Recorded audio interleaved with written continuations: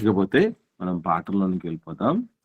మరి రక్షణ సువార్తలో భాగంగా ఆ, మనం దేవుని రాజ్యాన్ని గురించినటువంటి సత్యం, యేసుక్రీస్తు ప్రభుల వారి గురించినటువంటి నామమును గురించినటువంటి సత్యం అనేటటువంటి ఈ రెండు విషయాలలో భాగంగా దేవుని రాజ్యంలో ప్రధానమైన వ్యక్తి తండ్రి అయిన దేవుడని ఆయన గురించినటువంటి అనేకమైన విషయాలు గత కాలంలో మనం నేర్చుకున్నాము. అలాగే ఆ దేవుని రాజ్యంలో మరొక ప్రధానమైన వ్యక్తి మానవుడు. మన గురించి కూడా అనేకమైన సంగతులను మనం నేర్చుకోవటం జరిగింది. తదుపరి దేవుని రాజ్యంలో ప్రధానమైన మరొక వ్యక్తి పరిశుద్ధాత్మ దేవుడు. ఆయన గురించి కూడా మనం చాలా విషయాలు తెలుసుకోవటం జరిగింది. మరి ఆయన ఉనికి ఎక్కడి నుంచి ప్రారంభమైంది, ఆయన ఎక్కడి నుంచి పని చేస్తున్నాడు, ఎవరి కోసం పని చేస్తున్నాడు, ఏ ఏ పనులు చేస్తూ ఉంటున్నాడు అనేటటువంటి విషయాలు, ఆయన వ్యక్తాశక్త లేదా వ్యక్తిగల శక్తిగల వ్యక్త అనేటటువంటి విషయాల్ని మనం గత కాలంలో నేర్చుకోవటం జరిగింది. అట్లాగే యేసుక్రీస్తుగా ప్రభుల వారి పరిచర్యలో మరి పరిశుద్ధాత్మ యొక్క పాత్ర ఏ రీతిగా ఉంది అని ఆ ఇద్దరిలో ఎవరు గొప్పవాళ్ళు అనేటటువంటి ప్రశ్న కూడా మనం వేసుకొని దానికి ఆన్సర్ తెలుసుకోవటం జరిగింది. ఆఖరిగా కన్క్లూజన్ ఏంటి అంటే, ఎవరిని ఎవరితో మనం పోల్చుటకు వీలు లేదు. ఎవరి పాత్రలో వాళ్ళు సమర్థవంతంగా వాళ్ళు పోషించి వారి వారి ప్రత్యేకతను శ్రేష్టతను చాటుకోవటం జరిగింది. కనుక ఇక్కడ భార్య గొప్ప భర్త గొప్ప అనేటువంటి ప్రశ్న ఎలాగైతే ఎవరిది ఇద్దరిది గొప్పతనం అన్నట్టు ఎట్లాగైతే ఉంటుందో అలాగే ప్రభుల వారు యేసుక్రీస్తు ప్రభుల వారు శరీరధారే వచ్చినప్పుడు ఒక సంపూర్ణమైనటువంటి మానవుడిగా దేవుని కలలను ఏ రీతిగా పండించాలి అన్నదానికి ఒక చక్కటి అద్వితీయమైనటువంటి ఉదాహరణ యేసు ప్రభుల వారి జీవితం. అట్లాగే శరీరము ధరించుకోకపోయినా దేవుని యొక్క ఇష్టాన్ని నెరవేర్చుటలో ఏ రీతిగా సమర్పణ కలిగి సంపూర్ణంగా కార్యాలు జరిగించి దేవుడికి మహిమ తేవాలి అని చెప్పడానికి పరిశుద్ధాత్ముడు ఒక ఉదాహరణ. కాబట్టి యేసుక్రీస్తు ప్రభుల వారి ఈ లోక యాత్రకు వచ్చుట విషయంలో కావచ్చు, ఉపవాసం విషయంలో సాతాను మీద జయము పొందుట విషయం కావచ్చు, అట్లాగే వాక్యము సువార్త ప్రకటన విషయంలో కావచ్చు, ఆయన స్వస్థపరిచే విషయం కావచ్చు, ఆయన మరణం విషయం కావచ్చు, ఆయన పునరుత్థానం విషయం కావచ్చు, మనము ఎన్నో విషయాలు పరిశుద్ధాత్మ యొక్క తోడ్పాటు నడిపింపు ఉన్నటువంటి విధంగా, సహాయం ఉన్నటువంటి విధంగా, ఆయన సహాయం ఇచ్చి పరిచర్య జరిగించాడన్న విధంగా నేర్చుకోవటం జరిగింది. అట్లాగే యాక్చువల్లీ నిన్నటి దినాన్న మనం నేర్చుకోవాల్సింది రాజ్యాంగ దినోత్సవం ఉండడాన్ని బట్టి కొంచెం రెగ్యులర్గా జరిగేటటువంటి విషయం కాకుండా కొంచెం ఇలాంటి అకేషన్స్ వచ్చినప్పుడు కూడా మనం ఒక ఫోకస్ చేయటం పర్టికులర్ విషయం మీద ఆధ్యాత్మికంగా మేలుకరంగా ఉంటుంది అన్నటువంటి ఉద్దేశంతో దాన్ని అక్కడ మనం ఇన్వాల్వ్ చేయటం జరిగింది. కాబట్టి నిన్న నేర్చుకోవాల్సిన పాఠం ఇది యాక్చువల్లీ ఏమిటంటే, అపోస్తలుల ద్వారా పరిశుద్ధాత్ముడు జరిగించిన కార్యాలు. అపోస్తలుల ద్వారా పరిశుద్ధాత్ముడు జరిగించిన కార్యాలు నిజంగా అపోస్తలులకు ఉన్న గొప్ప భాగ్యం ఏమిటి అనేది గమనించగలిగితే, వాళ్ళు ఎట్లా ఉంటారంటే, జాగ్రత్తగా మనం గమనిస్తే వాళ్ళ పరిశుద్ధాత్మునితో వాళ్ళ యొక్క అనుబంధం, వాళ్ళ ఏ విధంగా పెనవేసుకొని ఉన్న పరిస్థితులు ఉంటాయని గమనించగలిగితే చాలా దగ్గరగా ఉన్నాయండి. అన్ని కాలాలలో పరిశుద్ధాత్ముని యొక్క ఉనికి ఉండినప్పటికీ అపోస్తలులకు మాత్రం చాలా చాలా చాలా దగ్గరగా ఉండినటువంటి పరిస్థితులు మనం చూడగలం. ఎంత దగ్గరగా ఉన్నాడు పరిశుద్ధాత్ముడు అంటే, వాళ్ళ మీద సంపూర్ణంగా వాలడం అనేటటువంటి పరిస్థితి పెంతెకోస్తు దినాన వాళ్ళతో ఉండటం అనేటటువంటి విషయం ఇలా చాలా జాగ్రత్తగా మనం చూడగలం. ఎస్పెషల్లీ అపోస్తలుల కార్యముల గ్రంథం అంతా కూడా ఎలాంటిది అంటే పేరుకేమో అపోస్తలుల కార్యములని, కానీ దానికి ఇంకో పేరు పెట్టచ్చు. ఇంతకుముందు ఒకసారి మీతో పంచుకోవటం జరిగింది అనుకుంటున్నాను. ఎవరికైనా గుర్తుందా? అపోస్తలుల కార్యముల గ్రంథానికి మరొక పేరు మనం పెట్టచ్చు, చాలా సూటబుల్ పేరు. పరిశుద్ధాత్మ కార్యం. వెరీ గుడ్ అమ్మా, వెరీ గుడ్. పరిశుద్ధాత్ముని కార్యములు అంటే పరిశుద్ధాత్ముని కార్యం మొత్తం త్రూ అవుట్ అపోస్తలుల కార్యాలు అంతా చూడగలిగితే పరిశుద్ధాత్ముని కార్యములు ప్రభావవంతంగా ఒక బంచు గుత్తగా కనబడేటటువంటి పుస్తకం ఏదైనా ఉందంటే అది అపోస్తలుల కార్యములు. పేరుకు అపోస్తలు బయటికి కనబడేది, కానీ నడిపించినటువంటిది ఎవరు అని అంటే పరిశుద్ధాత్ముడు. అంటే పరిశుద్ధాత్ముని యొక్క కార్యాలు అని చెప్పొచ్చు వాటిని. వాళ్ళతో అంతగా మమేకమైపోయి ముందుకు సాగింపచేసినటువంటి పరిస్థితి. ఎందుకు దేవుడు ప్రతిసారి అపోస్తలుల బోధన మీరు ఫాలో అయిపోండ్రా అని చెప్తూ ఉంటాడు అనుకుంటున్నారు? అపోస్తలులకు పరిశుద్ధాత్ముడు అందుబాటులో ఉన్నంతగా ఎవరికి లేదు. అసలు నిజంగా వాళ్ళ మీద వర్క్ చేసినటువంటి విధానం నిజంగా అద్వితీయమైనటువంటి పరిస్థితి. అద్భుతమైనటువంటి రీతిలో పరిశుద్ధాత్ముడు అపోస్తలుల చేత కార్యాలు జరిగించాడు. సో అవే మనం ఈరోజు నేర్చుకోబోతూ ఉంటున్నాం. అపోస్తలుల ద్వారా పరిశుద్ధాత్ముడు జరిగించినటువంటి కార్యాలు. మొట్టమొదటి విషయం ఆయన రాకతో, అంటే పరిశుద్ధాత్ముడు అపోస్తలుల మీదికి వచ్చినటువంటి ఆ విధానం ఏదైతే ఉందో, తండ్రి వాగ్దానం ఏదైతే ఉందో, ఆ దినాన్ని నుండి మనం గమనించగలిగితే పరిశుద్ధాత్ముడు అపోస్తలుల ద్వారా ఏ కార్యాలు జరిగిస్తున్నాడో మనకు స్పష్టంగా అర్థమవుతుంది. మొట్టమొదటిగా 2వ అధ్యాయంలోనే మనకి ఏం కనపడుతుంది చెప్పండి? పరిశుద్ధాత్మ కార్యాలు, అపోస్తలుల ద్వారా జరిగించిన కార్యాలు. ప్రారంభంలోనే 2వ అధ్యాయంలో పరిశుద్ధాత్ముడు వాళ్ళ మీద వాలడం వెంటనే జరిగినటువంటి కార్యం ఏమిటి గుర్తుందా మీకు? అన్య భాషలు మాట్లాడినారు. వెరీ గుడ్, వెరీ గుడ్ అమ్మా, వెరీ గుడ్. అన్య భాషలు మాట్లాడటం. ఇక్కడ ఈ అన్య భాషల విషయంలో ఒకసారి మనం స్పష్టత తీసుకోవటం జరిగింది. ఎందుకు అన్య భాషలు వాళ్ళు మాట్లాడాల్సి వచ్చింది? ఈ స్పష్టత మనకు ఉండాలి. ఎందుకు అని అంటే వీళ్ళు ఇశ్రాయేలీల మీద, యూదుల మీద అనేక సామ్రాజ్యాల ప్రభావం, అనేక రాజుల ప్రభావము ఉంది. వీళ్ళ ప్రభావంతో ఏం చేస్తూ ఉండేవాడంటే సర్వసాధారణంగా ఉన్న ఊర్లను, ఉన్న దేశాలని, సొంత దేశాలను విడిచి ఎక్కడో వలస వెళ్ళిపోయి తలదాచుకొని బతికేటటువంటి పరిస్థితులు ఉండేటివి. మరి వేరే దేశాలకు వెళ్ళినప్పుడు వాళ్ళ దేశపు భాష వాళ్ళు మాట్లాడుతూ ఉంటారు తప్ప ఏదో వలస వచ్చామని మన కోసం మన భాషలో వాళ్ళే మాట్లాడరుగా.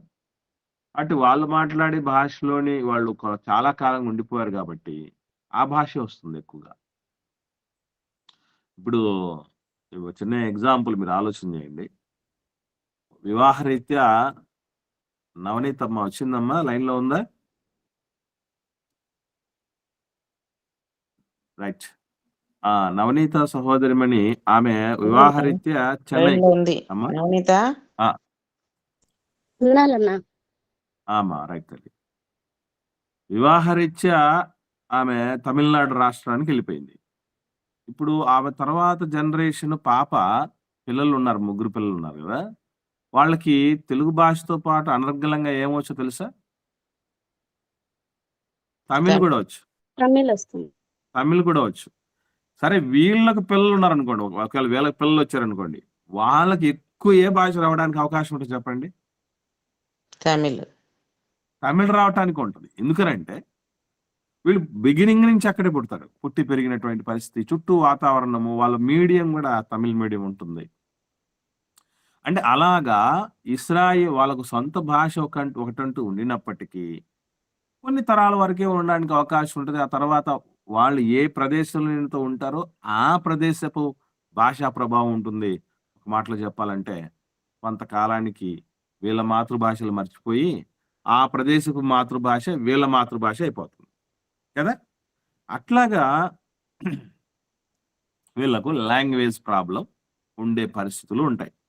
ఇప్పుడు అందుకే మీరు చూడండి, కేవలము వేరే భాష వచ్చినటువంటి వ్యక్తులతో మనం మాట్లాడాలంటే వాళ్ళు విషయం స్వీకరించలేరు. అర్థం కాలేదంటారు.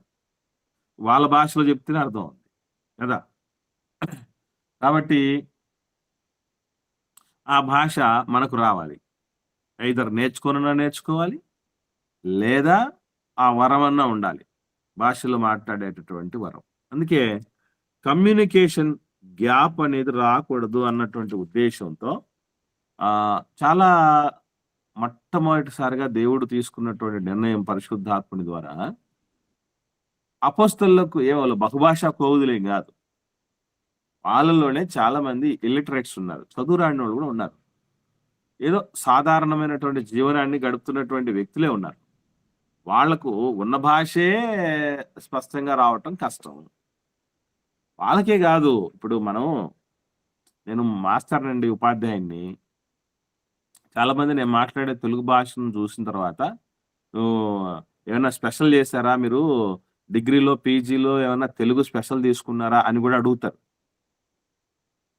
ఇప్పుడు నాకంతా తెలుగు అంతా వచ్చే, పోని వేరేది వద్దు, తెలుగు భాష అంతా వచ్చా అంటే రాదు. తెలుగు భాష అంతా రాదు. మీకు తెలియని విషయం ఏంటంటే, ఎప్పుడన్నా ఎవరన్నా ట్రై చేయండి, దొరుకుతాయేమో. సూర్యరాయ ఆంధ్ర నిఘంటువు, దీని పేరు అది. సూర్యరాయ ఆంధ్ర నిఘంటువు అని. వాళ్ళు దాదాపు 8 పుస్తకాలు, సుమారు ఒక 1000 పేజీలు ఒక పుస్తకం ఉండేది. 8 పుస్తకాలు ప్రింట్ చేయించారు. అది దేని గురించి అంటే, ఆ నుంచి అంటే అచ్చుల్లో మొదటి అక్షరం దగ్గర నుంచి హల్లుల్లో చివరి అక్షరం బండిరా ఉంది చూసారా, అక్కడ వరకు ఉన్న ఒక్కొక్క అక్షరముతో తెలుగు భాషలో ప్రధానమైన విషయాలు ఏవే వస్తాయి, వాటి పుట్టు పూర్వోత్తరాలు ఏంటని పుస్తకాలు రాశాడు. ఆ పుస్తకాలు దొరకాలని నేను ఎన్నో ప్రయత్నాలు చేస్తున్నా, దొరకట్లా.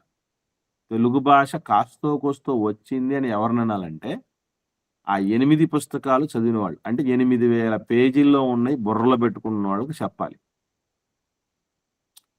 ఈవెన్ ఇప్పటికీ అసలు తెలుగు భాషలో చాలా తెలియని విషయాలు, పదాలు, పరిస్థితులు మనకున్నాయి. అవి చాలా డెప్త్, అది భాషకు సంబంధించిన విషయం అని చాలా డెప్త్లో ఉండేది.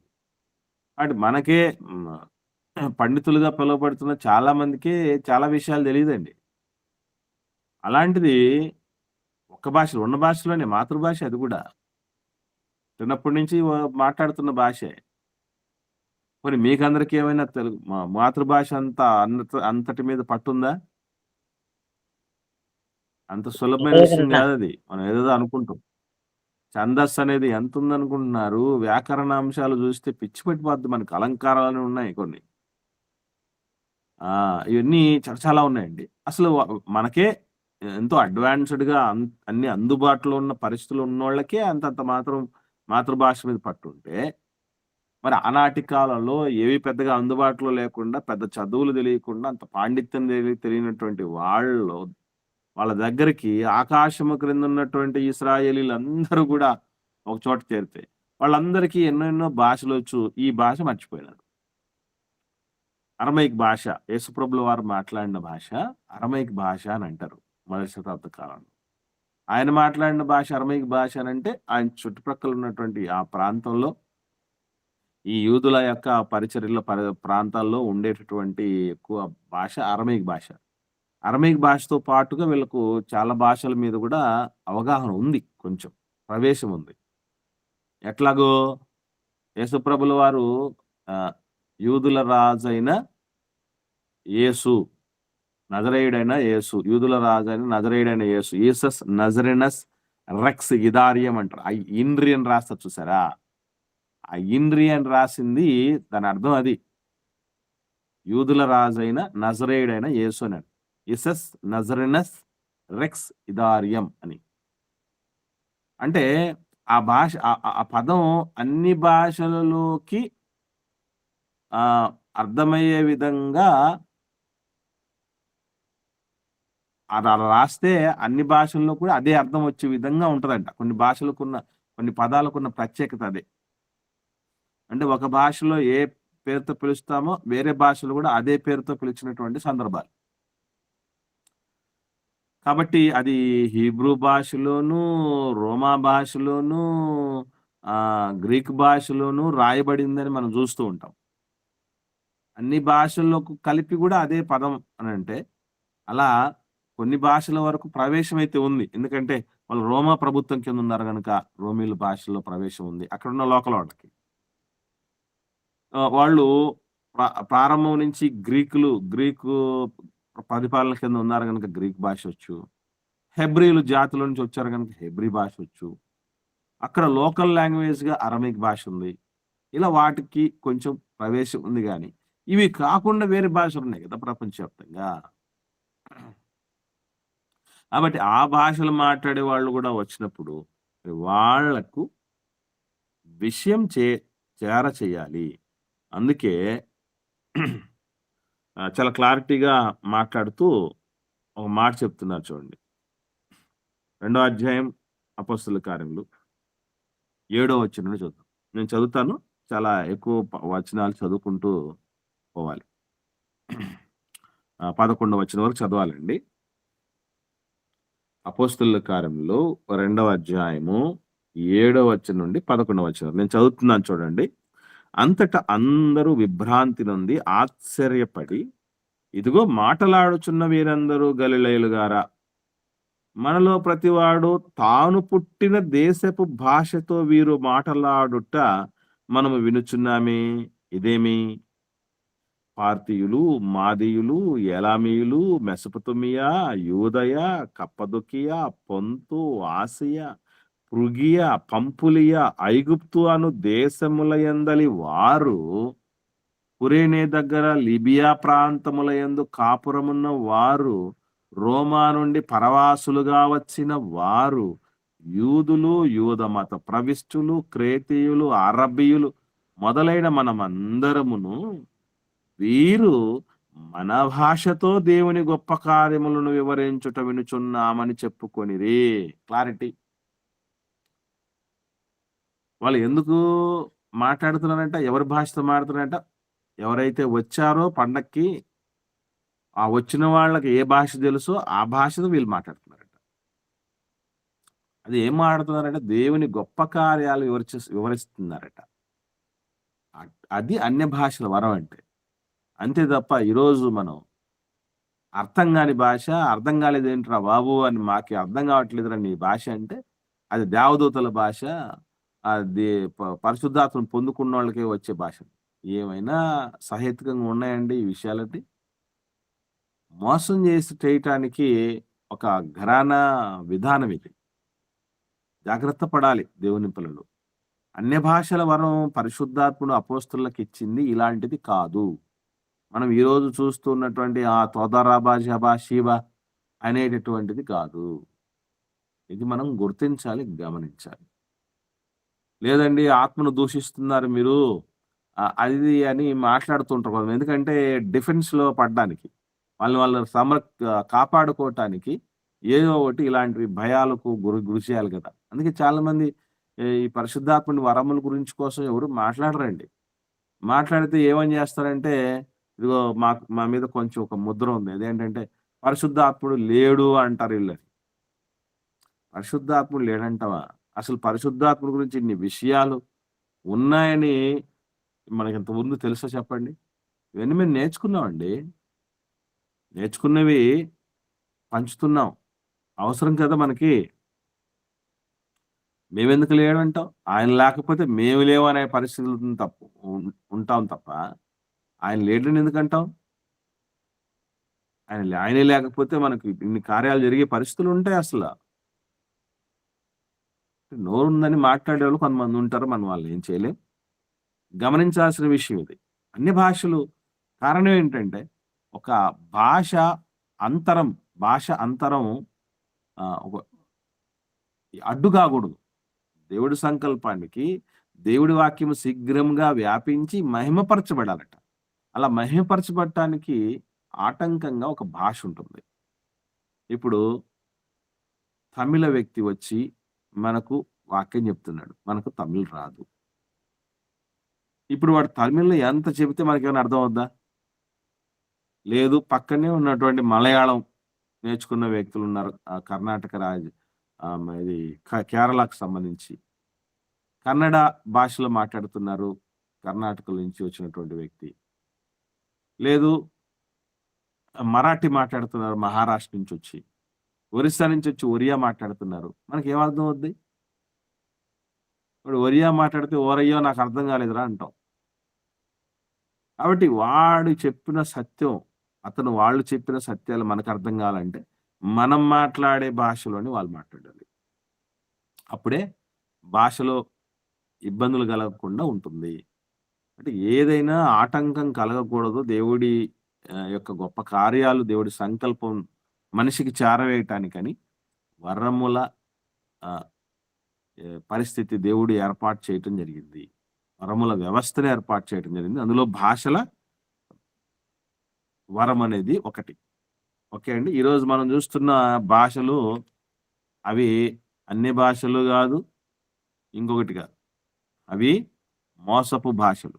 ఎవరికీ ప్రయోజనం లేని భాషలు. వా ఎదుటివారి యొక్క బలహీనతలు సొమ్ము చేసుకునే భాషలు. ఆ! దేవుడితో మాట్లాడుతున్నారంటారు. ఎప్పుడైనా ఇట్లా ఎవరైనా ప్రార్థన ఇంకొకటి ఈ మధ్య కాలంలో చిత్రం ఏంటంటే, ప్రార్థనలోనే అన్ని భాషలు. వాక్యం చెప్పేటప్పుడు మాట్లాడతారు. అంటే ప్రశాంతంగా చక్కని మనకు తెలిసిన భాషలో మాట్లాడుతూనే అర్థం కాని భాషలోకెళ్ళిపోతారు కొంతమంది. చూస్తూ ఉంటాం గదా! అలాగే ప్రార్థన చక్కగా చేస్తూనే వేరే భాషలోకెళ్ళిపోతారు. అప్పుడే అర్థమయ్యేదవ్వదు. అర్థం గాని దాన్ని అర్థం చేయించటానికి అన్ని భాషల వరాన్ని వాడుకోమని దేవుడిస్తే, ఉన్నదాన్ని అర్థం పర్థం లేకుండా చెడగొట్టి, ఇదే అన్ని భాషలు అని మాట్లాడుతున్నారు. ఎంత తేడా ఉంది చూసారా అప్పటికి ఇప్పటికి? ఏవండి? మేము ఎవరికీ వ్యతిరేకం గాదండి మర్చిపోకండి. అసత్యానికి వ్యతిరేకం. అసంబద్ధానికి వ్యతిరేకం. దేవుని కార్యం ఏదైతే కాదో అది దేవుడి కార్యమని ప్రజల మీద రుద్ది మోసం చేస్తూ ఉంటారు. దానికి వ్యతిరేకం. అంతే తప్ప వేరొకరికి వ్యతిరేకమని పొరపాటున కూడా అనుకోకండి. ఓకేనండి. తర్వాత రెండవ విషయం మనం గమనించగలిగితే వాక్యము స్థిరపరచాలి. వాక్యం స్థిరపరచటంలో గూడా అపోస్తలులకు దన్నుగా ఉండటం అనేది జరిగింది పరిశుద్ధాత్ముడు. ఒకసారి మనం గమనించగలిగితే ఈ పుట్టినది మొదలుకొని కుంటివాడైనటువంటి వ్యక్తి మనకు 3వ అధ్యాయం ప్రారంభంలో అపోస్తలుల కార్యంలో కనబడతాడు. కదా! దేవాలయపు ద్వారం దగ్గర మెట్ల దగ్గర కూర్చొని భిక్షమెత్తుకుంటూ ఉన్నటువంటి పరిస్థితిలో ఉన్నటువంటి వ్యక్తి ఉంటాడు. ఈ పగలు 3 గంటల సమయంలో ప్రార్థనా సమయము. దానికి వాళ్ళు పేతురు, యోహానులు ప్రార్థన చేయటానికి వెళ్తున్నప్పుడు అతను ఆ కుంటివాడు అందరిని అడుగుతున్నట్టే వాళ్ళ వైపు చూసి ఆశించాడు. మరి వాళ్ళు ఏమన్నారు మనకందరికి తెలుసు. వెండి బంగారాలు మా దగ్గర లేవు. నజరేయుడైన యేసుక్రీస్తు నామమున నువ్వు లే అని చెప్పినప్పుడు దిగ్గున లేయటం, వాడు గంతులేయటం, దేవుడిని మహిమపరచడం, అందరూ చూడటం జరిగింది. గుంపులుగా రావటం జరిగింది. ఇవన్నీ మనం చూస్తాం. ఈ టైంలో పేతురు గారు లేస్తారు. లేచి ఏం మాట్లాడుతున్నారు చూద్దాం. 4వ అధ్యాయం అపోస్తలుల కార్యములు 8వ వచనం నుండి అక్కడ ఏముందో చూద్దాం. పేతురు పరిశుద్ధాత్మతో నిండిన వాడై ఇట్లా నేను ప్రజల అధికారులారా, పెద్దలారా, ఈ దుర్బలునికి చేయబడిన ఉపకారమును గూర్చి వాడు దేని వలన స్వస్థత పొందెనని నేడు మిమ్మును విమర్శించుచున్నారు గనక మీరందరూ ఇశ్రాయేలు ప్రజలందరూ తెలుసుకొనవలసినదేమనగా మీరు సిలువ వేసినట్టు మృతులలో నుండి దేవుడు లేపినట్టు నజరేయుడైన యేసుక్రీస్తు నామముననే వీడు స్వస్థత పొంది మీ ఎదుట నిలుచుచున్నాడు. గమనించండి. ఇప్పుడు పరిశుద్ధాత్మతో నిండుకున్నటువంటి పేతురు గారు ఏం చేస్తున్నారు చెప్పండి? సత్యం చెప్తున్నాడు. క్రీస్తును ప్రకటిస్తున్నాడు కదా! రక్షణ వాక్యాన్ని అందిస్తున్నాడు. అంటే పరిశుద్ధాత్మతో నిండుకున్నటువంటి అపోస్తలు ఏం చేశారన్నమాట? అన్ని భాషలు మాట్లాడారు. తర్వాత ఏం చేశారు? దేవుని సువార్త వాక్యం, ప్రకటన. దేవుని వాక్యం ప్రకటించారు. అంటే ఈరోజు మనం గమనించాల్సిన విషయం ఏంటంటే, ఈ కాలంలో సువార్త ప్రకటించటానికి ఏముంటే చాలనుకుంటున్నారు చాలా మంది? తెలివితేటలు ఉంటే చాలనుకుంటున్నారు. అంతేనండి? చెప్పడం వస్తే చాలనుకుంటున్నారు. ఈ తెలివితేటలు చెప్పడం వస్తే చాలు. ఇవి కూడా అవసరమే గానీ, అవి మాత్రమే అవసరం గాదు. అన్నిటికంటే ముఖ్యంగా ఏం కావాలి అంటే, పరిశుద్ధాత్మని నడిపింపు ఉండగలగాలి. అది ఉందా? లేదా? మనకు అనేటటువంటి విషయం గూడా మనం తర్వాత స్పష్టంగా తెలుసుకుంటాం. ఏది ఏమైనా అన్ని భాషలు మాట్లాడటంలో, వాక్యము ప్రకటించటంలో అపోస్తలులకి పరిశుద్ధాత్మని యొక్క తోడ్పాటు ఎంతో ఉంది. దాని తర్వాత మూడో విషయం ఏంటంటే, స్వస్థపరచటంలో ఎలాగైతే యేసుక్రీస్తు ప్రభుల వారు స్వస్థత చేకూర్చటంలో పరిశుద్ధాత్మని యొక్క సహకారం ఉందో, అలాగే అపోస్తలులు కూడా స్వస్థపరిచారు. వాళ్ళలో మరి ప్రత్యేకంగా ఇద్దరు మాత్రమే స్పెషల్‌గా కనబడతారండి. అపోస్తలులు అందరిలోనూ అద్భుతమైన రీతిలో స్వస్థపరిచినటువంటి వ్యక్తులు ఇద్దరు కనబడతారు మనకి. ఎవరు వాళ్ళు? ఎవరికైనా ఐడియా ఉందండి? పేతురు, యోహాన్లు. ఇంకొంచెం అమ్మా. ఒకరు కరెక్ట్. పెద్దాయన ఉన్నారు. పేతురు గారు. పేతురు గారు స్వస్థపరిచేటటువంటి వరము విషయాల్లో ఒక ప్రత్యేకత కలిగి ఉన్నారు. ఆయనతో పాటు ఇంకొక ఆయన ఉన్నారు. అపోస్తలుల కార్యాల్లోనే కనపడతారు మనకి. ఫిలిప్ గారు ఎక్కడైనా ఈ స్వస్థపరిచినట్టు కనబడుతుందమ్మా? ఇంకా అంటే మనకు అపోస్తలుల కార్యాలు అనేటటువంటిది దాని మీద కొంచెం మనకు పట్టు రావాలి. స్పష్టత రావాలి. అసలు వ్యక్తే మర్చిపోయారు మీరు. పౌలు కొత్త గారు. నిబంధన వెరీ గుడ్ అమ్మా. Very good. వెరీ గుడ్ అమ్మా. కొత్త నిబంధనలో అపోస్తలుల కార్యాలు అనగానే ఇద్దరే స్పెషల్ హీరోలు కనబడతారు. అంటే అన్న నేను అపోస్తలు అంటే మన యేసుప్రభు శిష్యుల్లోనే అపోస్తలులలో కాదమ్మా నేను అడిగింది. అపోస్తలుల కార్యములలో అన్నాను కదా. ఓకేనా? ఓకేనా? Very good. Very good. అపోస్తలుల కార్యములలో మనకి ఇద్దరు ప్రధానమైనటువంటి స్వస్థత వరము కలిగినటువంటి వ్యక్తులు మనం చూస్తాం. పరిశుద్ధాత్మని వరములై. ఏమిటవి? ఆ పేతురు గారికి ఉన్న స్పెషల్ వరం ఏంటో తెలుసా అండి? పోనీ పౌలు గారికి ఉన్నటువంటి ఆ వరం ఏంటి? స్వస్థపరిచే వరము స్పెషాలిటీ ఎలా ఉంటది? ఏ రీతిగా ఉండబోద్ది? ఆయన నడికట్టును తాకితే కూడా స్వస్థపడుతుంది. ఆయన అంటే ఎవరక్క ఇక్కడ? పౌలు గారు. పౌలు గారు. Very good. అది ఆ క్లారిటీ రావాలి మనకి. పౌలు గారికి విషయంలో ఆయనకున్నటువంటి స్పెషల్ వరం ఏంటంటే 19వ అధ్యాయం చూద్దాం. అపోస్తలుల కార్యములు. అపోస్తలుల కార్యములు 19వ అధ్యాయంలో పౌలు గారి కోసం చెప్పబడినటువంటి మాట చాలా అద్భుతమైనటువంటి విషయం ఉంటుంది. 11వ వచనం నుండి. మరియు దేవుడు సౌలు చేత విశేషమైన అద్భుతములను చేయించెను. అతని శరీరమునకు తగిలిన చేతి గుడ్డనైనను నడికట్లనైనను రోగుల యుద్ధకు తెచ్చినప్పుడు రోగులు వారిని విడిచెను, దయ్యములు కూడా వదిలిపోయెను. చూడండి, ఇక్కడ చాలా ప్రత్యేకమైనటువంటి వరం ఉంది పౌలు గారికి. ఈ మధ్యకాలంలో చాలా మంది ప్రార్థించినటువంటి కర్చీఫులని అమ్ముతున్నారు కదా చాలా మంది దైవజనులు. అసలు వాస్తవంగా ఆ కర్చీఫులు నిజంగా అమ్మాలంటే పేటెంట్ హక్కులు అంటారు చూసారా, ఆ హక్కులు ఎవరికి తీసుకోవాలంటే పౌలు గారు తీసుకోవాలి. ఎందుకనంటే ఈ రోజు మనం కొంటున్నటువంటి కర్చీఫులు చెమట తుడుచుకోవడానికి, జలుబు తుడుచుకోవడానికి తప్ప దేనికి మనకి రావు. ఈరోజు కర్చీఫులని అమ్ముతున్నారు చూసారా, అవి ఆ తరహా వరాలు వాటిల్లో ఏవి లేవు. చిత్రమైన విషయం ఏంటంటే ఈ కర్చీఫులు అమ్ముతున్నాయనే హాస్పిటల్లో జాయిన్ అయ్యాడు. ఎంతమందిని చూడలేదు, ఎన్నిసార్లు చూడలేదు మనం. ఫారెన్కి వెళ్ళిపోయి, ఇక్కడైతే కనుక్కుంటారండి, ఫారెన్కి వెళ్ళిపోయి మరి బైపాస్ సర్జరీలు చేయించుకుంటున్నారు గుండెకు. వాళ్ళే చిత్రం ఏంటంటే వాళ్ళే ప్రార్థించిన నూనె అమ్ముతారు, వాళ్ళే ప్రార్థించిన కర్చీపులు అమ్ముతారు. అమ్మినటువంటి వాళ్ళకి పని చేయండి, ఏమండి ఆలోచన చేయండి. అంటే ఇలా చాలా ఉన్నాయండి. సరే, గుర్తుపెట్టుకోవాల్సిన విషయం ఏంటంటే ఈయనకి ఎలాంటి పవర్ ఉందనంటే పౌలు గారికి ఆ, ఒక డిస్టెన్స్ ఎడ్యుకేషన్ అంటారు చూసారా, దూర విద్య. డిస్టెన్స్ ఎడ్యుకేషన్ అంటే అర్థం ఏంటో తెలుసు, మీకు ఐడియా ఉంది కదండి. మనం ఎక్కడున్నా కూడా అక్కడ చదువుకోవచ్చు. ఇప్పుడు మా ఆవిడకి, నా ఇద్దరు బిడ్డలకి పొట్టి శ్రీరాములు తెలుగు యూనివర్సిటీ అనేది హైదరాబాద్ నాంపల్లిలో ఉంది. అది తెలంగాణ స్టేట్లోకి వెళ్ళిపోయింది, మనకు తెలుసు కదా. ముందు కలిసి ఉన్నాం, ఇప్పుడు తెలంగాణ స్టేట్లోకి వెళ్ళిపోయింది. మేము ఉండేది కడపలో. మరి ఇక్కడ ఉన్నటువంటి మేము అక్కడ డిప్లొమా కోర్సు, సంగీతం డిప్లొమా కోర్సు కూడా కంప్లీట్ చేసి రాయటం జరిగింది. మన ఎగ్జామ్స్కి రాయించడానికి వెళ్ళింది దానికోసం. ఎక్కడో హైదరాబాద్లో ఉన్నటువంటిది ఇక్కడ కడపలో చదువుకున్నాం.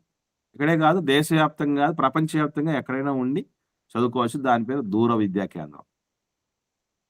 అట్లాగే పౌలు గారు కూడా ఎలాంటి వ్యక్తి అంటే డిస్టెన్స్ హీలింగ్ సెంటర్. ఆయన అంటే ఏంటి అర్థం? ఆయనే రావాల్సిన పని లేదు, ఆయనే రోగి దగ్గరికి వెళ్ళాల్సిన పని లేదు, రోగి ఆయన దగ్గరికి రావాల్సిన పని లేదు. జస్ట్ ఆయన బాడీకి తగిలినటువంటి బట్ట తీసుకెళ్ళి రోగుల మీద ఉంచితే చాలు, దిగ్గును లేచేవాడు. ఆ పవర్ ఇచ్చింది ఎవరు? స్వస్థపరిచే వరం అనగానే మనం గుర్తు రావాల్సింది పరిశుద్ధాత్ముడిదే, అది మర్చిపోకండి. ప్రత్యేకంగా ప్రతిసారి రాయించి ఉండడు దేవుడు, గుర్తుపెట్టుకోండి. సరే, ఇది పేతురు గారికి ఉన్న వరం. మరి పౌలు గారికి ఉన్న, అది మనం ఇప్పుడు పౌలు గారు చూసాం. పేతురు గారికి ఉన్న వరం ఏంటి మరి?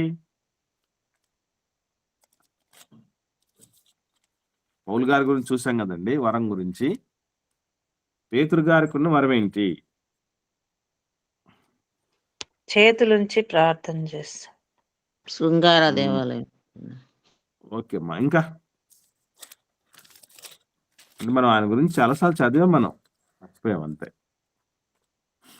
చూడండి, ఒకసారి చూద్దాం 5వ అధ్యాయం అపోస్తల కార్యంలోని 15వ వచనం నుండి చూద్దాం. 15వ వచనం నుండి.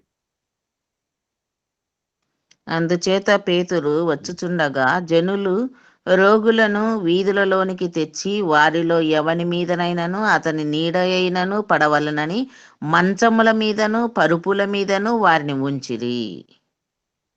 చూడండి, మరియు యెరూషలేము చుట్టూ నుండి పట్టణముల జనులు రోగులను అపవిత్రాత్మల చేత పీడింపబడిన వారిని మోసుకొని కూడి వచ్చిరి. వారందరూ స్వస్థత పొందిరి. ఇప్పుడు చెప్పండి, పేతురు గారికి ఉన్న పవర్ ఏంటి? దేవుడిచ్చిన పవర్ ఏంటండి? కూడా స్వస్థత.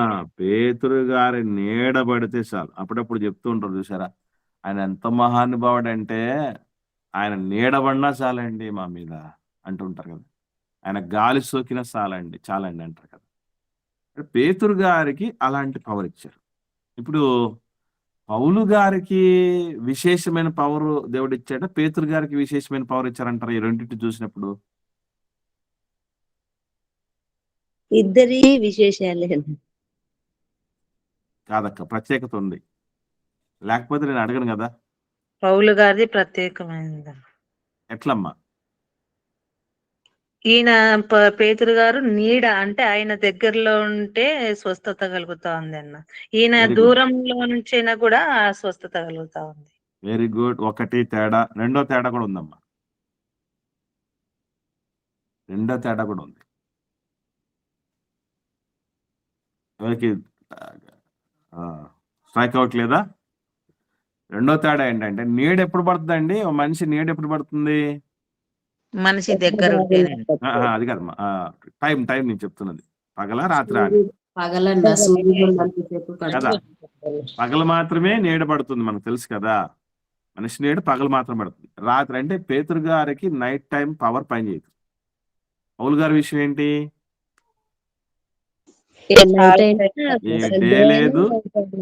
డే లేదు, నైట్ లేదు, బాడీకి తగిలితే చాలు. ఏమండి ఈ డిఫరెన్స్ ఆఫ్ పవర్స్, ఈ డీవియేషన్ ఆఫ్ పవర్స్, ఈ తేడా ఎందుకు ఇచ్చాడంటారు? అంటే పౌలు గారు గొప్పోడనా? పేతురు గారు చిన్నోడనా? సంఘానికి స్తంభం అండి బాబు పేతురు గారు. స్తంభము, సంఘానికి స్తంభముగా ఎంచబడిన వాడు, పరలోక రాజ్యపు తాళపు చెవులు పొందుకున్నటువంటి వాడు, యేసుప్రభుల వారి చేత అపోస్తలుల్లో అగ్రగణ్యుడు. పౌలు గారి పరిస్థితి ఏంటి? అపోస్తలులందరిలో చిన్నోడు. మీకు తెలుసా తెలీదో మీకు? ఈ ఆర్షియం వాళ్ళు పౌలు గారికి ఏం పేరు పెట్టారో తెలుసా మీకు? పౌలు గారికి ఉన్నటువంటి పేరేంటో తెలుసా అండి? పరిశుద్ధుడైన పేరు. అది కాదమ్మా, ఆయనకి ఏం పేరు పెడతారంటే చిన్నప్ప, పునీత చిన్నప్ప. పునీత చిన్నప్ప తెలీదు. రైట్ అమ్మా, చెప్తాను. ఎందుకు అని అంటే పౌల్ అంటేనే చిన్నవాడు అని అర్థం అంట. పౌలు అని అంటే చిన్నవాడు అని అర్థం అంట. చిన్నవాడు, పొట్టివాడు అని కూడా అంటారు కదన్నా. కాదమ్మా, చిన్నవాడని అర్థం అమ్మా. ఇప్పుడు మామూలుగా అయితే మీరు అంటే మీ వైపు ఉన్నాయో లేవో తెలియదు కానీ, మా వైపు పరిస్థితి ఏంటంటే, అంటే మా కడప సరౌండింగ్ లో మెయిన్ టౌన్ ఏరియాలలో వరుసగా ఇద్దరు మగపిల్లలు పుట్టారనుకోండి, వాళ్ళకు ముద్దు పేర్లు ఏమని పెడతారంటే, ఈవెన్ మా అన్నయ్యకి నాకు ఉన్న ముద్దు పేర్లు మా అమ్మ నాన్నలు పెట్టినవి, పెద్దలు పెట్టినవి. మా అన్నయ్య పేరు పెద్దోడు, నా పేరు చిన్నోడు. చిత్రం ఏంటంటే, చిన్నోడు వచ్చేంత వరకు పెద్దోడికి పేరు ఉండదు, ఏదో పిలుచుకుంటూ ఉంటారు కన్నా చిన్న అని. ఎప్పుడైతే తర్వాత కూడా మళ్ళీ అంటే వాళ్ళకి తెలియదు కదండి, మా తర్వాత కొడుకు పుడతారో కూతురు పుడుతుందో తెలియదు కదా, అందుకని నంబర్ 2 వచ్చేంత వరకు నంబర్ 1కు పెద్దగా పేరు అనేది ఫిక్సేషన్ ఉండదు. మా పెద్ద అమ్మాయికి ఏదో మామూలు పిలుచుకుంటూ ఉన్నా, చిన్నమ్మాయి పుట్టేంత వరకు. పుట్టిన తర్వాత ఇద్దరికి పేర్లు పెట్టాం, పెద్దోడా చిన్నోడా అంటూ ఉంటాం. పెద్దోడు చిన్నోడు, పెద్దోడు చిన్నోడు అనేది అమ్మాయిలు వరుసగా పుడితే కూడా పెద్దమ్మి చిన్నమ్మి అని పేర్లు ఉండేవి. ఈవెన్ మా ఏరియాలోకి వచ్చి పెద్దవాళ్ళని అడిగినప్పుడు ఆయన ఎవరు, లాజరస్ బ్రదర్ ఎవరు అన్నా చెప్పరు, నరసింహుల బ్రదర్ అంటే ఎవరు చెప్పరు. పెద్దోళ్ళకి తెలియాలంటే చిన్నోడు పెద్దోడు ఉన్నారు కదా, వాళ్ళే ఎక్కడ ఇల్లు అంటే వాళ్ళు చెప్తారు. వాస్తవంగా పౌలు గారి పేరేంటి? పౌలు గారి అసలు పేరేంటండి? సౌలు అని. ఆ పేరు ఎందుకు పెట్టుకున్నారో తెలుసా మీకు? ఐడియా ఉందా?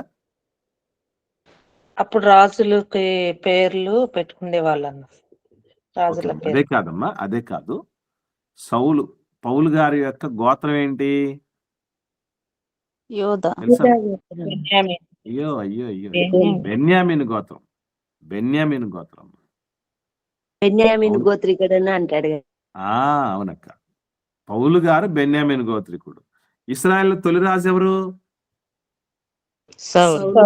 సౌలు గారు. సౌలు గారు గోత్రం ఏంటి? బెన్యామీను గోత్రమే. అంటే సేమ్ గోత్రములో నుంచి పుట్టిన వాళ్ళల్లో బేసికల్లీ మీరు గమనించండి, ఇప్పుడు మన వంశం అనేది ఒకటి ఉంటుంది కదండి. ఈ వంశంలో గొప్పగా ఖ్యాతి గడించినటువంటి వ్యక్తిని ఆ పేర్లు మనం పెట్టుకుంటూ ఉంటాం సర్వసాధారణంగా కదా. ఒక గొప్పతనంలో ఉన్నటువంటి వ్యక్తిని మనం ఆ పేరును మనం తర్వాత వచ్చేటువంటి వాళ్ళు పెట్టుకుంటూ ఉంటాం. ఇప్పుడు సేమ్ బెన్యామీను గోత్రం ఇద్దరిది.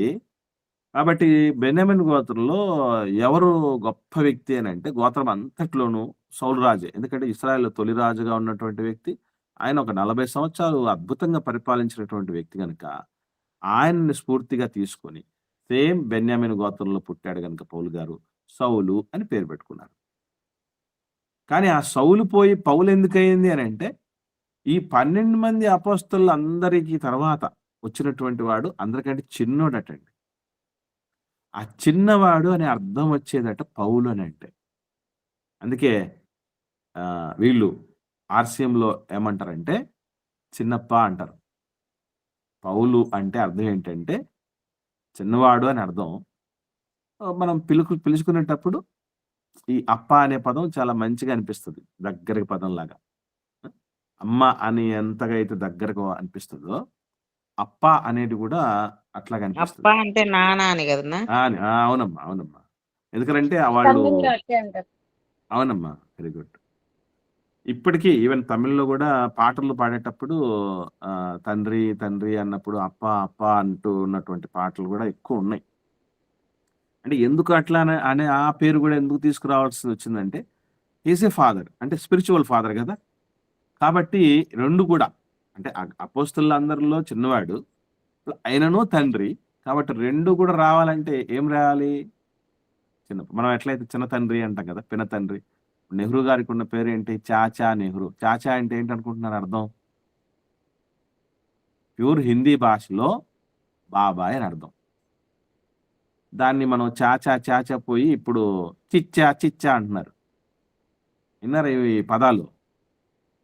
చిచ్చా అన్న చాచా అన్న రెండు ఒకటే. చాచా అంటే బాబాయ్ అని. మరి బాబాయ్ అంటే మన తండ్రి ఉన్నాడా అంటే తండ్రి ఉన్నాడు కదా, జాతిపిత గాంధీ తాత. ఆయన తండ్రిగా ఉన్నాడు, ఈయన బాబాయ్ అయ్యాడు అన్నటువంటి రీతిగా ఆయనకు చాచా నెహ్రూ అని పేరు పెట్టారు. అట్లాగే పౌలు గారికి కూడా చిన్నప్ప అనే పేరు ఉంది. రైట్. అంటే అపోస్తలులందరిలో చిన్నోడైనా ఇదంతా ఎందుకు తీసుకొచ్చాను అంటే, ఆయనేమో అపోస్తలుల అగ్రగణ్యుడు. ఎవరు? పేతురు గారు. పేతురు గారు అపోస్తలుల అగ్రగణ్యుడు. పౌలు గారేమో అపోస్తలులందరిలో చిన్నవాడు. అయినా కూడా day and night 24 hours powers ఈయనకి ఇవ్వటం ఏంటి? ఓన్లీ డే టైం పవర్స్ మాత్రమే పేతురు గారికి ఇవ్వటం ఏంటి? ఇది వివక్ష కాదా?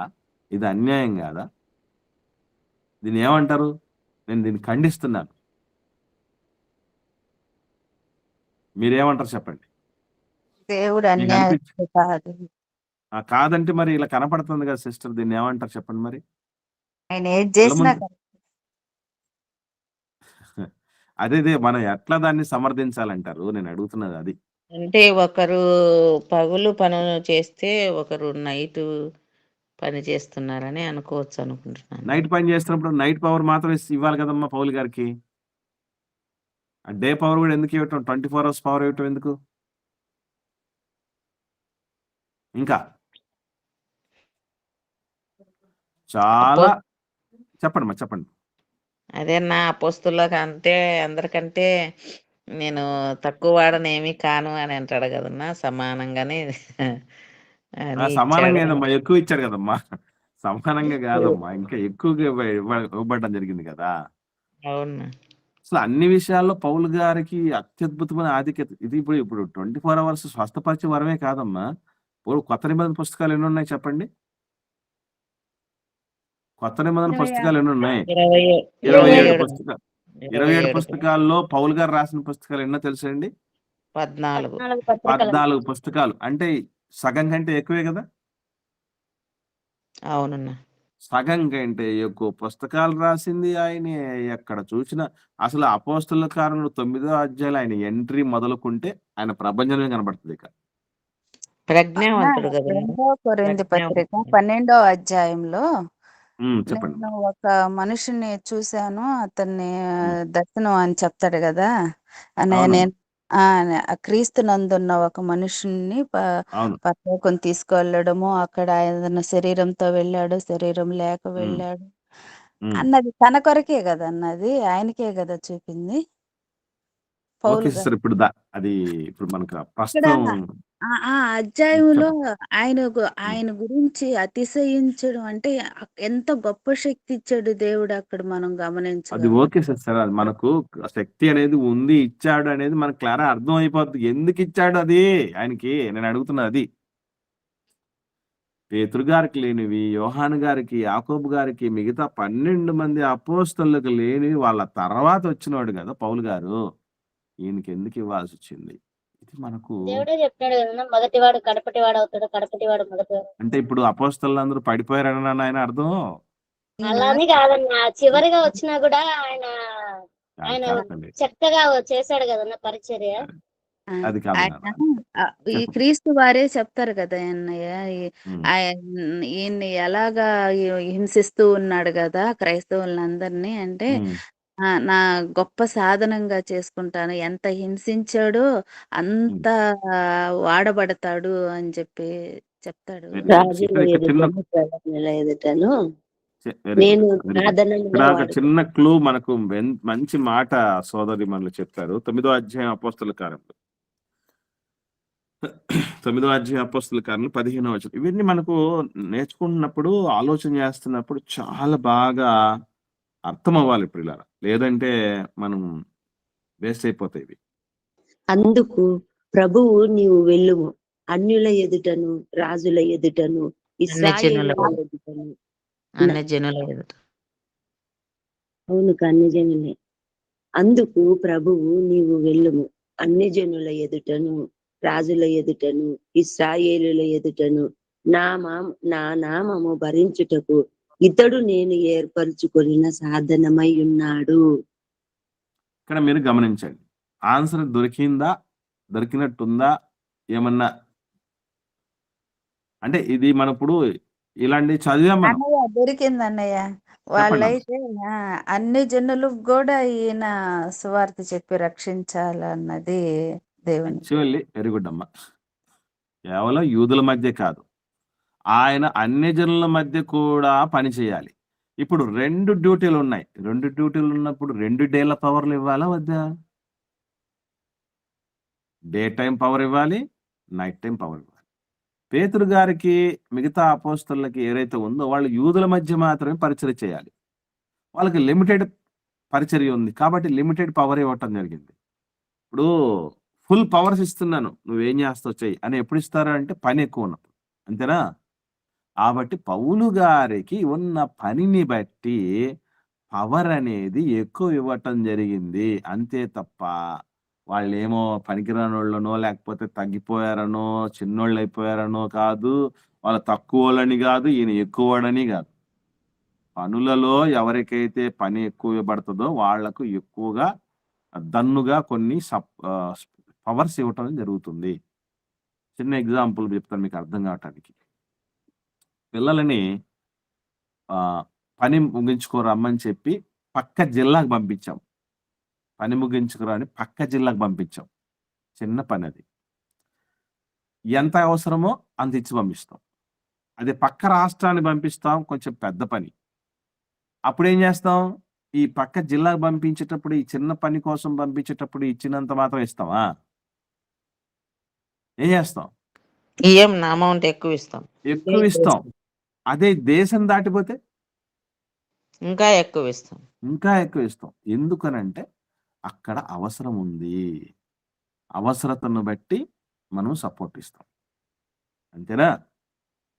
ఇది ఎలాగో కేవలం పౌలు గారి ద్వారా జరిగిస్తున్న పనుల అవసరతను బట్టి దేవుడు ఆ పవర్స్ ఇచ్చాడు. ఇప్పుడు మనకు డౌట్ రావాలి, అదేంటంటే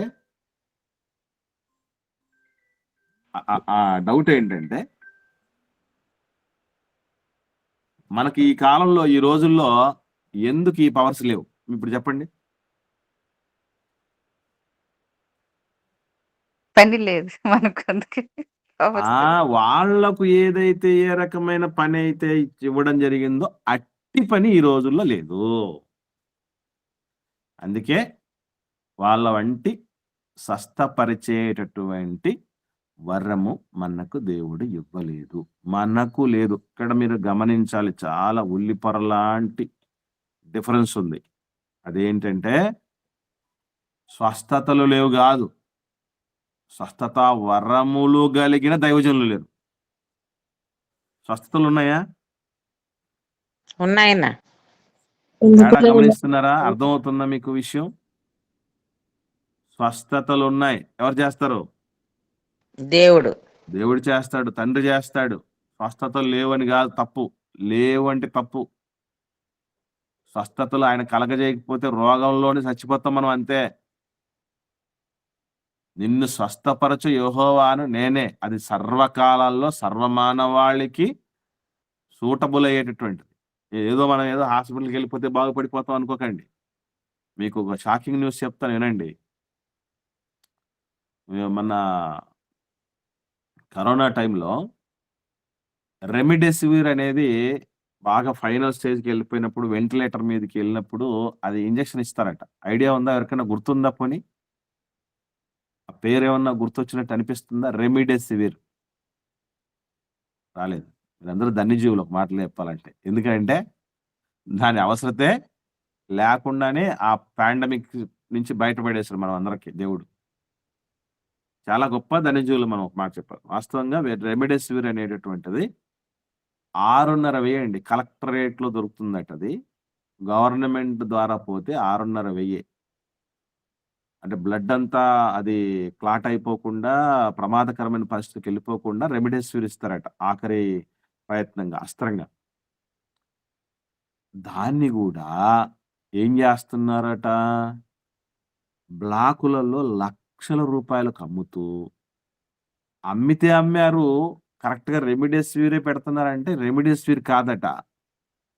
ఉప్పు నీళ్ళు ఉంటారు చూసారా, సోడియం క్లోరైడ్ అని మనకు సెలైన్ ఎక్కిస్తారు కదండి, నీరసం వచ్చినప్పుడు సెలైన్. ఆ సెలైన్ నీరు ఎక్కించేసి అదే రెమిడెసివిర్ అని ఎక్కించారట మనుషులకి. సెలైన్ నీళ్ళు ఎక్కించినా ఎందుకు బతికారనుకుంటున్నారు? పైవాడి దయ. ఈరోజు మనం టాబ్లెట్లు వేసుకుంటాం చూసారా, టాబ్లెట్లలో కూడా చిన్ని ఐరన్ కమ్మీలు వస్తున్నాయటండి. చూసా, మీరు ఎవరన్నా గమనించారో లేదో, అట్లా వీడియోలు కూడా వచ్చాయి మనకి. టాబ్లెట్లలో కమ్మి ఉంది. మనం ఏం చేస్తామండి చెప్పండి? టాబ్లెట్ తీసుకోవటం, క్యాప్సిల్స్ లో ఉన్నాయి. మింగటం. అంతే. ఇప్పుడు టాబ్లెట్ లోపల ఏముంది, క్యాప్సూల్ లోపల ఏముంది ఎవడో చూస్తాం మనం. అలా మింగేసిన తర్వాత ఐరన్ పార్టికల్స్ అక్కడ అంతా పోతే ఏంటి పరిస్థితి అసలు? అంటే చాలా ఉన్నాయండి. అసలు మందు అనుకొని మనం చేస్తున్న వాటిల్లో చాలా వరకు మందులు లేవంట వాటిల్లో, తెలుసా మీకు? ఆ శుద్ధ అనేటటువంటిదో లేకపోతే ఊరికే అదేదో ఆ కలర్ వచ్చే విధంగా ఉండేదానికి వాడింది తప్ప మందు లేదట వాటిల్లో. మనం ఏం ఫీల్ అయిపోతాం? హాస్పిటల్ పోయి వచ్చాం, బాగైపోతుంది. మందులు వేసాం, బాగైపోతుంది. బాగు చేసే దేవుడు కన్నతండ్రి ఉన్నాడు కనుకనే ఈరోజు మనం బాగున్నాం, అది మర్చిపోకండి. కాబట్టి స్వస్థతలు ఉన్నాయి, స్వస్థతలు లేవనకండి, తప్పది. స్వస్థత వరములు కలిగిన దైవజనులు ఎలాగైతే పేతురు గారు ఉన్నారో అలాగ లేరు, ఎలాగైతే పౌలు గారు ఉన్నారో అలాగా లేరు. ఓకేనండి. మనకు పని మాకు లేకపోయినా మాకు దగ్గరలో ఒక ఆయన ఉన్నాడు, ఆయన పెట్టుకుంటాడు ఆ పేరు. అమ్మా, అది గొప్ప స్వస్థత వరము కలిగిన దైవజనులు. దర్శన వరములు గల. అవన్నీ ఎందుకంటే కొన్ని డిగ్రీలు లాగా ఉంటే తప్ప మనం వాళ్ళ వైపు చూడం కదమ్మా, అందుకోసం. సరే, కాబట్టి ప్రియులరా, సో పరిశుద్ధాత్ముడు అన్య భాషల వరమును ఇస్తున్నాడు. అలాగే సువార్త ప్రకటించే వరం. సువార్త ప్రకటన కూడా అందరికీ రాదండి, మర్చిపోకండి. సువార్త ప్రకటన కూడా వరముతో కూడినదే. ఈరోజు ఎటు పడితే అటు సువార్తను కలిపి చెరిపే వాళ్ళు ఉన్నారు చూసారా. ఎందుకంటే పరిశుద్ధాత్మ నడిపింపు అనేది లేని పరిస్థితి. ఎంతో మంది వచ్చిస్తున్నారు, వచ్చి చెడుపుతున్నారు తప్ప మరి నిలుపుతున్నటువంటి పరిస్థితులు లేవు. కారణం ఏంటంటే ఇప్పుడు అవసరం, మర్చిపోకండి. పరిశుద్ధాత్మని అవసరత నడిపింపు దేనిలో కావాలంటే సువార్త ప్రకటనలో కావాలి. అది అన్ని భాషలు మాట్లాడే విషయంలో అవసరం లేదు ఇప్పుడు. ఎందుకంటే ఎంతో మంది ఆ సమస్య లేకుండా ట్రాన్స్లేటర్లే వచ్చేసారు, నో ప్రాబ్లం. కాబట్టి ఆ భాషల కోసం మనం ఏం బాధపడాల్సిన పని లేదు. తర్వాత స్వస్థతలు పరిచే దైవజనులు ఎక్కడున్నారా, వాళ్ళ నీడబడుతుందా, లేకపోతే వాళ్ళు శరీరం తగిలినటువంటి బట్టలు తీసుకోకుందామా, ఖర్చీపులు తీసుకుందామని బాధపడాల్సిన పని లేదు. డైరెక్ట్ గా తండ్రి మనకున్నాడు, ఆయన ఇచ్చినటువంటి ప్రకృతిలోని మెడిసిన్ ఉంది కాబట్టి ఆయన జరిగిస్తాడు. ఇప్పుడు మనకు వచ్చిన సమస్య దేవుడు పరిశుద్ధాత్మ నడిపింపు వాక్య పరిచర్యలో మాత్రమే.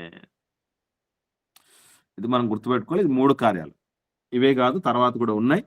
ఈరోజు పాఠం టైం అయిపోయింది కాబట్టి, సో పరిశుద్ధాత్ముడు అపోస్తలుల ద్వారా జరిగించినటువంటి 3 కార్యాలు ఇప్పుడు చూసాం. 1 అన్ని భాషలు మాట్లాడటం, 2 సువార్త ప్రకటన, 3 స్వస్థపరిచే వరం. ఈ మర్చిపోకుండా నెమరు వేసుకుంటూ రేపటి దినానికి ముందుకు సాగుదాం.